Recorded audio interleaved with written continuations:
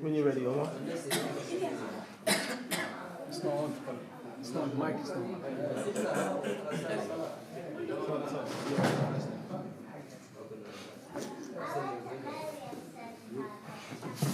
الحمد لله نحمده ونستعينه ونستغفره ونعوذ بالله من شرور انفسنا ومن سيئات اعمالنا من يهده الله فلا مضل له ومن يضلل فلا هادي له واشهد ان لا اله الا الله وحده لا شريك له واشهد ان محمدا عبده ورسوله صلى الله عليه وعلى اله واصحابه ومن تمسك بسنته الى يوم الدين اما بعد. So we continue discussing the book Al-Arba'in An-Nawawiyya, and last week we started discussing Hadith Rabi' wal-Ishrun. So we're discussing the Hadith, which is Hadith number 24 in the series that we have been covering for a while. So we read the Hadith last week, and also we discussed concerning the Sahabi Abu Dharr, the Fari, who is the narrator of this Hadith, and we mentioned something brief regarding the Sahabi. Then we discussed the Hadith regarding At-Takhrij, where we discussed the sources that I mentioned this Hadith. So I mentioned the author Imam Rahimahullah mentioned Hadith in the Muslim. Then we mentioned that regarding concerning this narration is one of the narrations inside Muslim, that there's other narration of this Hadith inside Muslim, but with slight difference in wording, so slight difference in wording, and we pointed that out in the last session. Also we mentioned that this Hadith also had been narrated by other than Abu Dharr, other than the Sahabi. I've narrated this hadith, but those narrations are da'if. So the hadith that we have in front of us, that one, Abu Dharr, that it has several different narration, similar wording, but different in wordings. Also you find from amongst the Sahaba other companions who have narrated the hadith, but those narrations are da'if. Then we discussed regarding matters regarding the next matter regarding this particular hadith, that the matter regarding that he mentioned that with this hadith he mentioned Abu Dharr and it is فيما يروي عن ربه عز وجل أنه قال. So regarding concerning that statement, which indicate that hadith is said to be Hadith al-Qudsi. So from what is mentioned by the Prophet of Islam, that he is narrating this hadith on the authority of Allah subhanahu wa ta'ala. So that will class this hadith as being of those hadith that are said to be Hadith al-Qudsi. So we had mentioned also regarding Hadith al-Qudsi is a form of revelation, and we mentioned in general that as for al-Wahi, revelation, that they are divided into two parts. One, Quran, and second type of revelation is Hadith. So as for Quran, what is known, and as for the Hadith, that also it is classified into two categories, Hadith al-Qudsi or Hadith al-Nawawi. So Hadith, that there are two types, Hadith al-Qudsi, that it goes back with the Prophet of Islam is narrating Allah subhanahu wa ta'ala. As for Hadith and Nawawi, then the Prophet ﷺ is things are being narrated about him or things that he has spoken of. Then of those things or the matters that are discussed regarding Hadith al-Qudsi, that you have many discussions regarding Hadith al-Qudsi, that of the things that someone will ask regarding a source of Hadith al-Qudsi. So that you have many books have been written on this topic regarding Hadith al-Qudsi. Of the more recent one that I have found, so you have many, but of the more recent one that we have found, that this is a work which is a university thesis. So it's in 2 volumes, where the author mentioned Ahadith al-Qudsiyya Jam'an wa Dirasa, which is one of the students in Medina University, that they have done this as their thesis, where they discuss concerning matters related to Hadith al-Qudsi. So in the introduction of the book, they will go to concerning that Hadith al-Qudsi, by definition of what is Hadith al-Qudsi, the difference between Hadith al-Qudsi and the Quran, the difference between Hadith al-Qudsi and Hadith al-Nawawiyya, then also of those things that he discussed, as we had discussed before, or highlighted before, regarding of those matters regarding Hadith al-Qudsi, is Hadith al-Qudsi, the wording and the meaning goes back to Allah subhanahu wa ta'ala, or does the meaning go back to Allah subhanahu wa ta'ala and the wordings of the hadith goes back to the Prophet of Islam. So we mentioned that there's a discussion on this matter, and we find that many of the contemporaries who have discussed this matter, that they are more inclined towards the view that Hadith al-Qudsi, that the meaning go back to Allah, and the meaning go back to Allah subhanahu wa ta'ala. As for the wording, it goes back to the Prophet of Islam. They will mention the other view that is there, is that Hadith al-Qudsi, both wording and meaning go back to Allah subhanahu wa ta'ala, and that is the correct position. So Hadith al-Qudsi, the wording and the meaning go back to Allah subhanahu wa ta'ala. So we had mentioned that of this you find many of the ulama of the past and of the present who have aligned to that view, and amongst those of you find that Shaykh al-Islam Ibn Taymiyyah, also Ibn Qayyim al-Jawzi, also they mentioned other ulama who have taken that position, and of the contemporaries that have taken that of that opinion, we find the likes of Shaykh bin Baz, also find the likes of Muhammad Amin al-Shinkiti, also Shaykh of those who are also amongst them we find we've mentioned Shaykh bin Baz, even we mentioned also Shinkiti, also of those that discussed the topic of contemporaries who are still alive, Shaykh Salih Fawzan, also Abdul Aziz al-Raji, one of the top students, also prominent student of Shaykh bin Baz. So also he's of this opinion. Shaykh al-Raji, he has an explanation of Sahih Bukhari and also Sahih Muslim and other works. So and also we find that Shaykh Abdullah Ghuniman, also of those who are specialists in Aqidah. So not like a professor in universities, also a retired professor, but also he's known to specialize in matters regarding Aqidah. Also he has clarified this matter, and also so that's the correct position on this matter. We'll find that even some of the people of Sunnah, so we'll find that the likes of the people of Sunnah who may align to the view that the wording is from the Prophet ﷺ and the meaning from Allah subhanahu wa ta'ala regarding Hadith al-Qudsi, that of those who have somewhat mentioned that view and some of their works have taken that view, Ibn Uthaymeen rahimahullah. So of those who have written top, they mentioned Ibn Uthaymeen somewhat in his later on kind of somewhat changed his opinion, and even this book that he mentioned in his explanation, that at times kind of somewhat give different opinions, give both opinions without kind of somewhat clearly indicating his own opinion. So overall, that is matter, as we mentioned, of those matters that are discussed, and the correct position on this matter regarding Hadith al-Qudsi, that the wording and the meaning go back to Allah subhanahu wa ta'ala.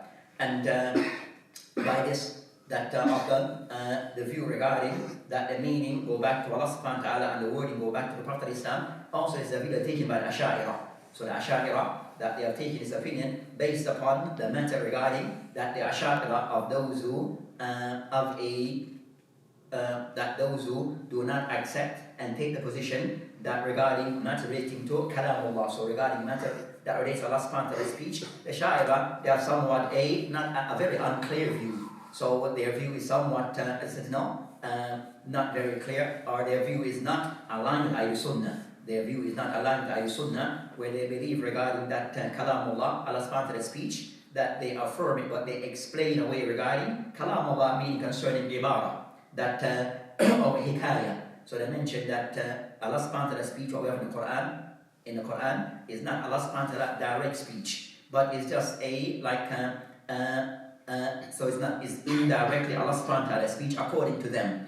So that's concerning Ash'ari, and based upon this they kind of somewhat impact on other masail, and of those things relating to Hadith al-Qudsi. So Hadith al-Qudsi, because the asl for them that they do not hold concerning Allah subhanahu wa ta'ala, accept Allah subhanahu wa ta'ala's speech directly. So Hadith al-Qudsi also they take the same approach. So that's concerning that particular matter, and we have mentioned of the ulama have written on this topic, of the more recent of those regarding this thesis, that's in the form of two volumes, Ahadith al-Qudsiyya, Jam'an wa Dirasa. So the person has somewhat collected those Ahadith regarding Hadith al-Qudsi. So Hadith al-Qudsi, that either also of two ways that it can be divided, as it mentioned the Hadith concerning that the Prophet narrated Hadith direct upon Allah subhanahu wa ta'ala. So from the start of Hadith to the end is the speech of Allah subhanahu wa ta'ala, or it is on the authority of Allah subhanahu wa ta'ala. Or you might find cases where in some Hadith al-Qudsi that a portion of the Hadith is Hadith al-Qudsi. So a portion, not the full Hadith, so a portion go back to the Prophet ﷺ, and a portion of the Hadith goes back to Allah subhanahu wa ta'ala. So each regarding of those who have collected, so I said overall he mentioned that Hadith al-Qudsi, the number of Hadith al-Qudsi, it varies depending on the approach of the author. So depending on the approach of those who have done some work on Hadith al-Qudsi, that the number may vary. So as for this particular thesis, then the number that he ended with, it mentioned up to 482 hadiths. So 482 hadith that he classified in this book regarding Hadith al-Qudsi. So that's concerning of those works regarding matter pertaining to Hadith al-Qudsi. So in continuing today, based upon time, short of time, that we'll go to the next matter, which is discussing regarding the fawaid that can be taken from the hadith. So normally we'll discuss concerning the fawaid at the end, but as we know that the time is changing, we normally start at 5:30, end at 6:30, but because of the time changes, then we somewhat start a bit late for today. So we'll discuss mainly regarding what we normally discuss at the end, which is the fawaid, the benefit can be taken from the hadith. So normally we'll discuss concerning the hadith, meaning in depth regarding the benefits and the ahkam that can be taken from hadith, that we'll discuss those things in depth and all the word that is mentioned hadith. But as for today, we go into the fawaid. We'll discuss the fawaid that can be taken from the hadith. As I said, due to time restrictions.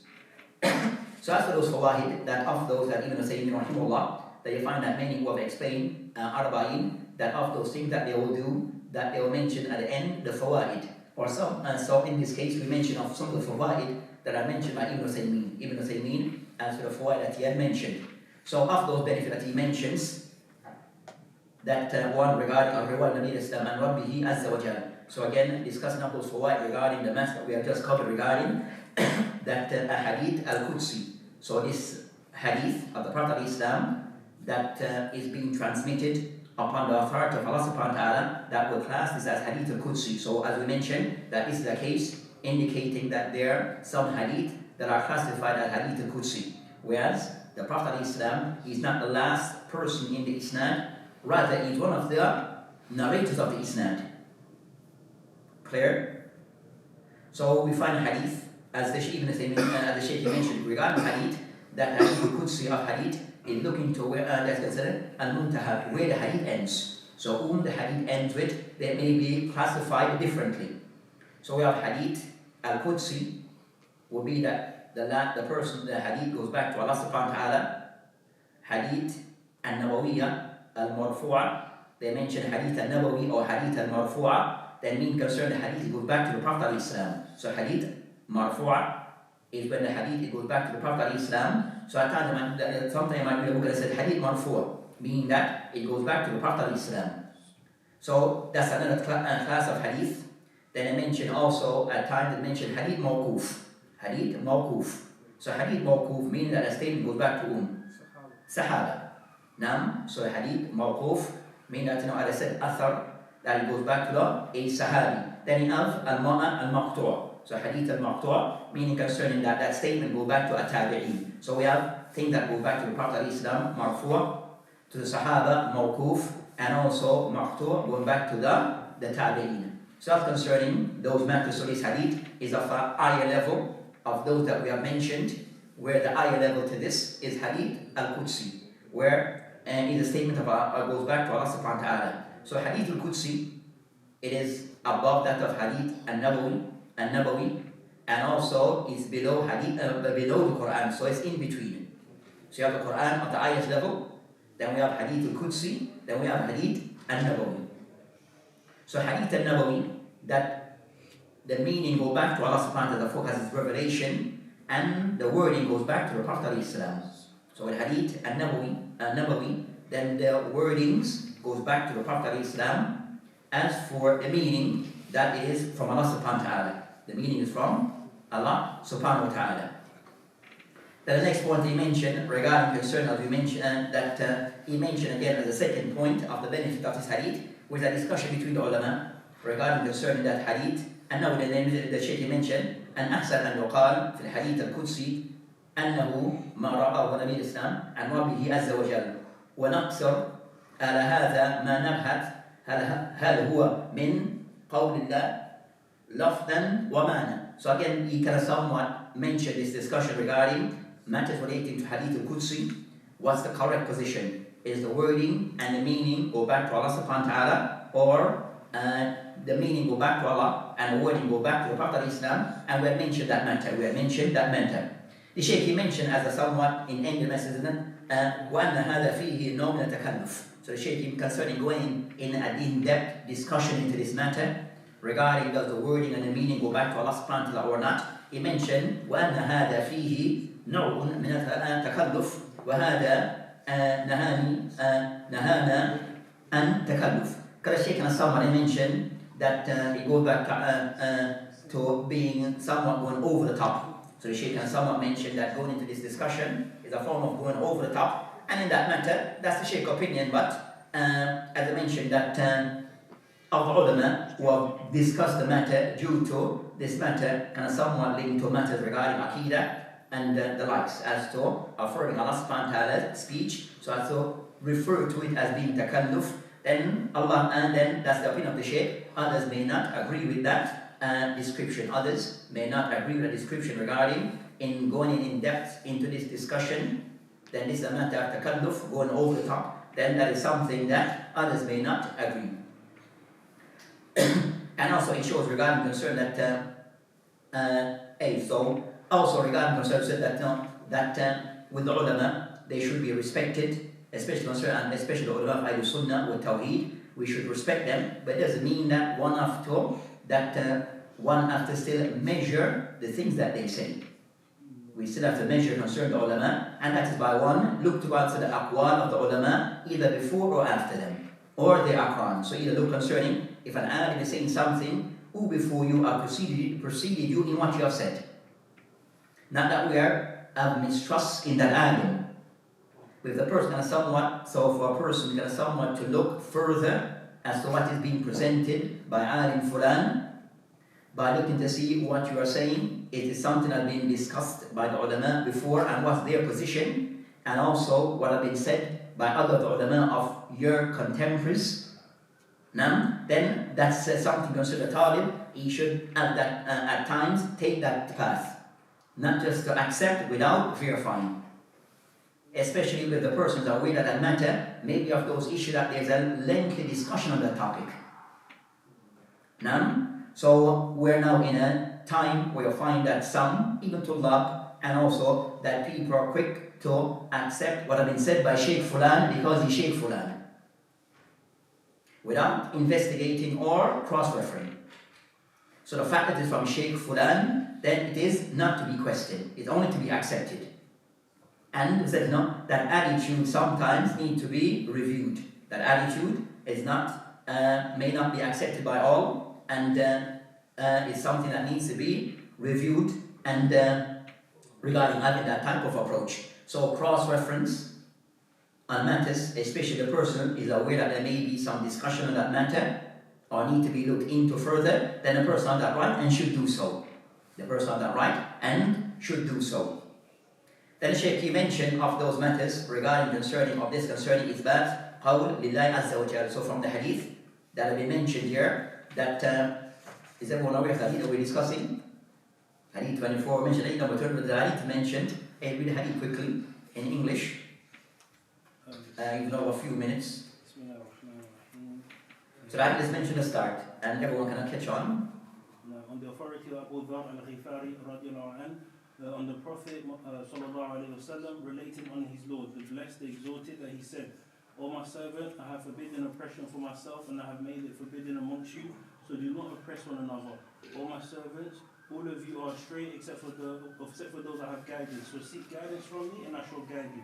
O my servants, all of you are hungry except for those I have fed, so seek food from me and I shall feed you. O my servants, all of you are naked except for those I have clothed, so seek clothing from me and I shall clothe you.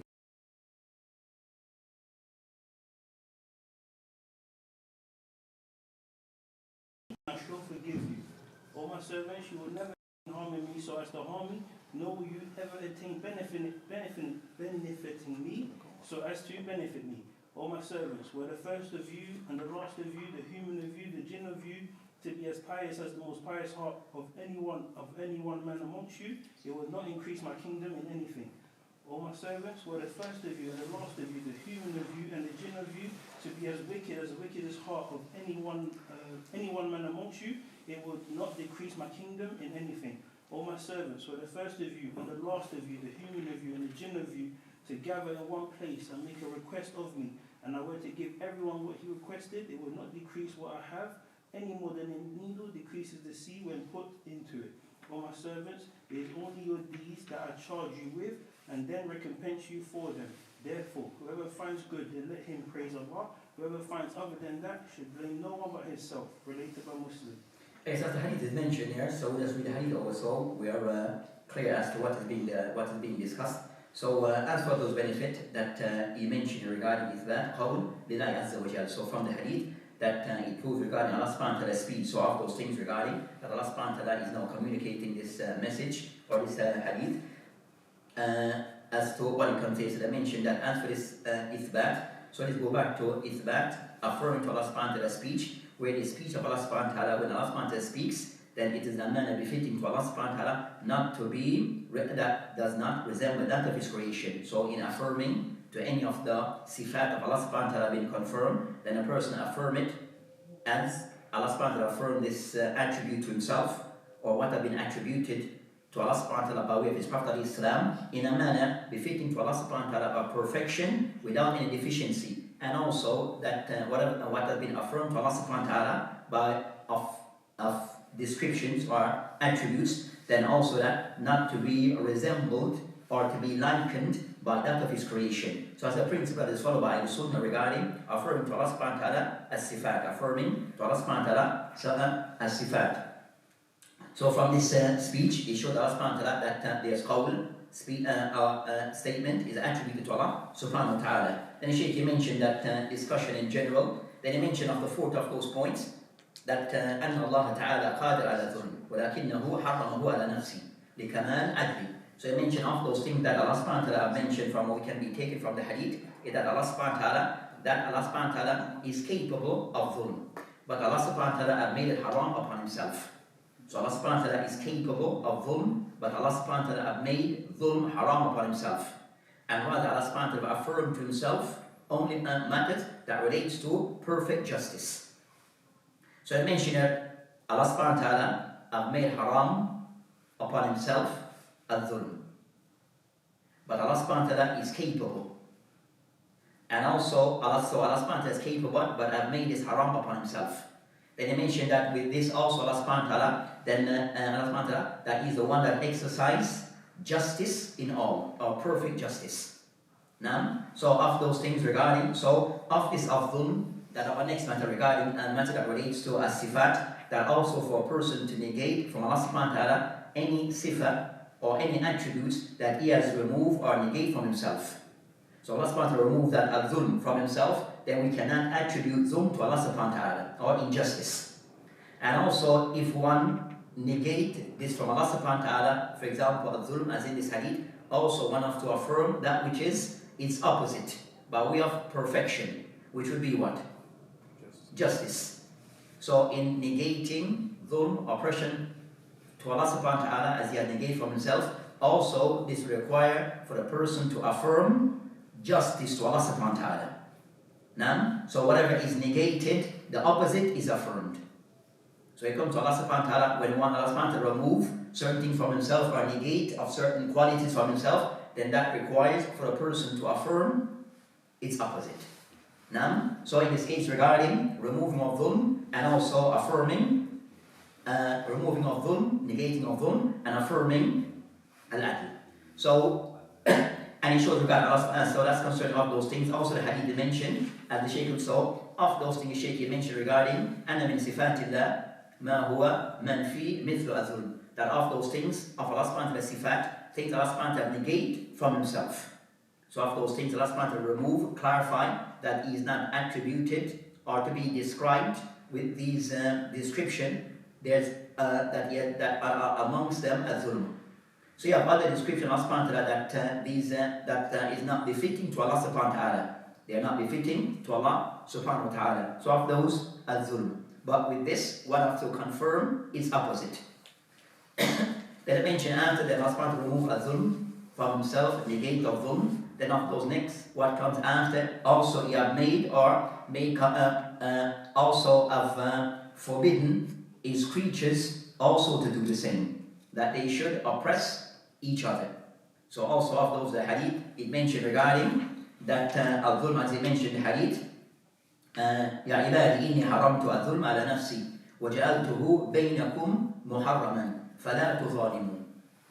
So of the shahid from the hadith, of the points from the hadith, that Allah SWT made it haram upon himself, and also for his servants not to oppress each other. So he mentioned فَلَا تُظَالِمُوا, so not to oppress and to wrong each other. So that is to show that with mankind, that they are not to involve in any form of oppression and wrongdoing. Whether by way of oppression, by doing things to themselves, that is wronging themselves or wronging others. And and also what is required is for them also to establish justice. So also for mankind amongst themselves or upon themselves, for them to establish justice. So not to wrong and to oppress others, and also for them to establish justice. So what is they mentioned? So as for injustice and justice, so as for injustice, at either times a person might commit injustice to himself, or the person may do so to others. So either to oneself, wronging of oneself, and also of injustice by it being extended to others. So both those forms of injustice is haram. It's haram to fall into any form of injustice. And also injustice, instead of injustice by way of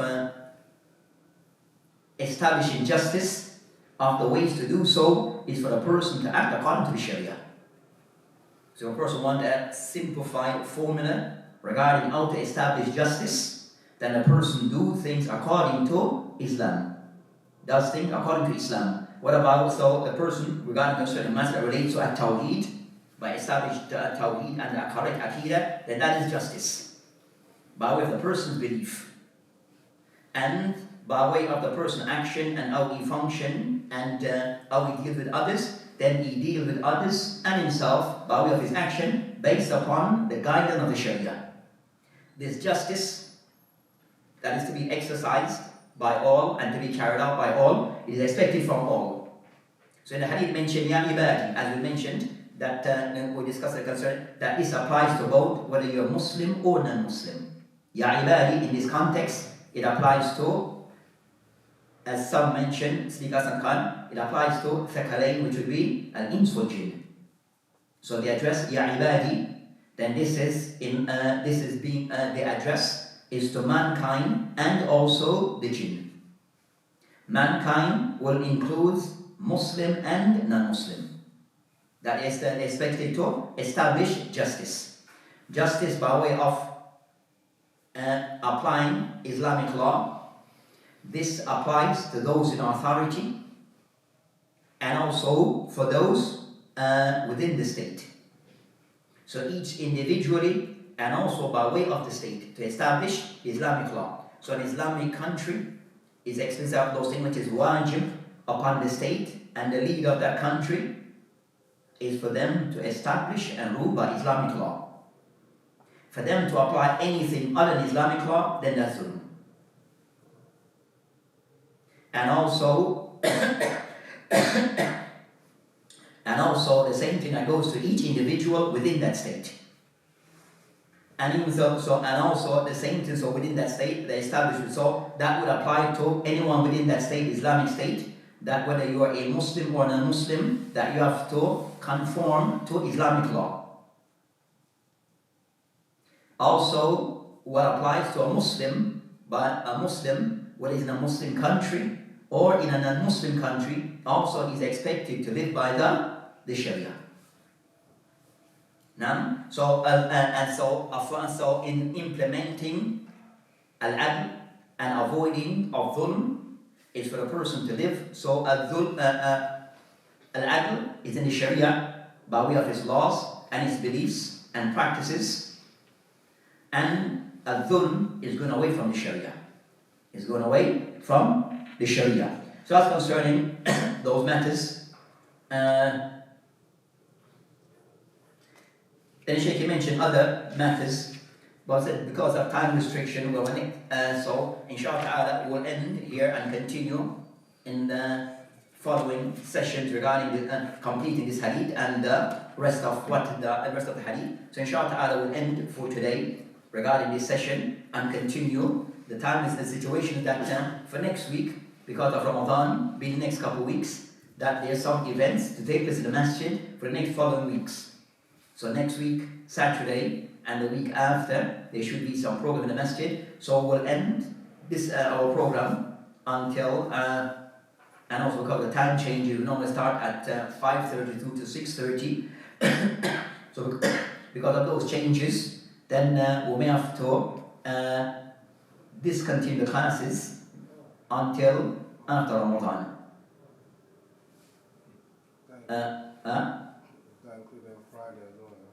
Friday we'll discuss Friday. So it makes sense because of that when Ramadan does come, that because of the time changes, then also to look into anything after iftar will be difficult. But because the time changes, but so we'll update regarding the other lessons. But as for this one, then we can somewhat go on a pause until after Ramadan, inshallah ta'ala. Right? There's no class next week. Now the next week, for this one, no. Because there will be some other program, to my knowledge, next week. So there will be some other program next week, Saturday and the Saturday after. So it will be an somewhat go through into the night this time. So we won't be able to have this lesson for the next couple of weeks. Then after then you have Ramadan straight after. So what can be done during Ramadan, we'll have that, we look into that inshallah. We'll see what can be done during Ramadan, something to be look into. We might try to continue something maybe after Asr, whether to bring this class forward at after Asr, but depending on the time of Asr and availability. Okay. Now, so we'll see, because then you have other program that goes on Saturdays to see what time they end. So they can somewhat look at the program, what's going on, and to see whether to bring this forward or just to leave it until after Ramadan, to be decided. But we might still do something else, but maybe not continue with this particular book. So we'll still we'll see whether to do this book or something else, just to have something, to continue something during Ramadan, but with something else. Clear? So inshallah, those things to be, we'll update soon on those matters, inshallah. So inshallah, we'll stop for today, and as we mentioned. Before you leave that point, Sheikh, about the Hadith Qudsi and Hadith, according to the first opinion of the ulama, who said that Hadith Qudsi in word and meaning is coming from Allah directly. So according to them, what's the difference between the Hadith Qudsi and the Quran? The Hadith al-Qudsi said many differences. One concern Hadith al-Qudsi that says not Hadith al-Quran, Hadith al-Quran, that what is said to be the Quran, just in a nutshell, what is between the Fatih, between Fatiha and Nas, that's Quran. Yes. Now, anything outside that is not Quran. I understand that, but what is the difference according to them? I know that there is, we all agree that it is the Quran from Fatiha to Nas, but they saying that the Hadith Qudsi is Lafdan wa ma'nan. Lafdan said that the wording from Allah subhanahu wa ta'ala, so Allah subhanahu wa ta'ala instructed the Prophet to use these words, to say these words, and also the Prophet that the meaning is from Allah. Yes. So both meaning, the message, and the wording is from Allah subhanahu wa ta'ala. That's understandable. The same idea with the Quran. It's the same thing. But we said that how to make a distinction. One, the Quran, Fatih till Nas. What outside that from Allah subhanahu wa ta'ala, then it is not the Quran. Second, also they mentioned that with the Quran, also they have different, with the Quran, that what have been transmitted was mutawatir. As for Hadith al-Qudsi, it's not necessary to be mutawatir. Mean that many narrators. Also with Quran, we don't, there's no, not that we don't need to research to see the validity or authenticity of the Quran. As for Hadith al-Qudsi, then it needs to be investigated because to see whether it is authentic or not. Now, also the Quran, they mention the Quran that has specific ahkam that's only with the Quran. So the Quran, so with Quran, read in Salat, Hadith al-Qudsi, even from Allah subhanahu wa ta'ala, it cannot be read in Salat. With Quran, you have ahkam regarding can you touch it in a state of without tahara or not. With Hadith al-Qudsi, it doesn't apply. So you have all these differences between both. طيب. With that, inshallah ta'ala, we'll end with Allah ta'ala tawfiq.